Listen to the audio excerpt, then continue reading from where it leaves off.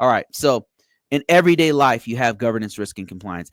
When you go to the bank, when you go to the store, when you go to the hospital, all of these banking, healthcare, government, retail, all of them have government risk and compliance. If you hell, even the government, like when I was when I was in the military, you know, we had something called the PX. We called it PX. I don't know what they call it these commissary. I don't know what they call it these days. I've been out for a long time.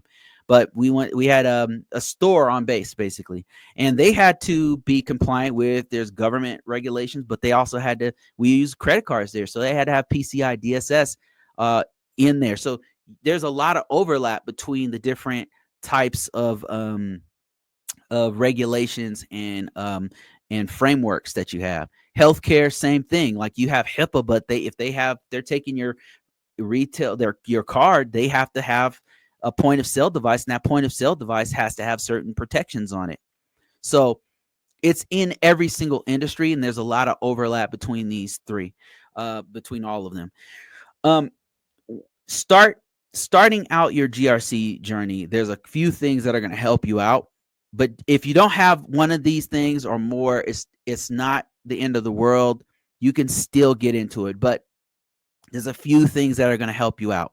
If you have been in a leadership position, if you have leadership experience, be that in the military, if you are a supervisor, all the way up to if you are a director or a C-level exec, those things are going to help you out with governance, risk, and compliance, especially with the G and the GRC, because the govern has to do with making sure that the culture of the organization is intact.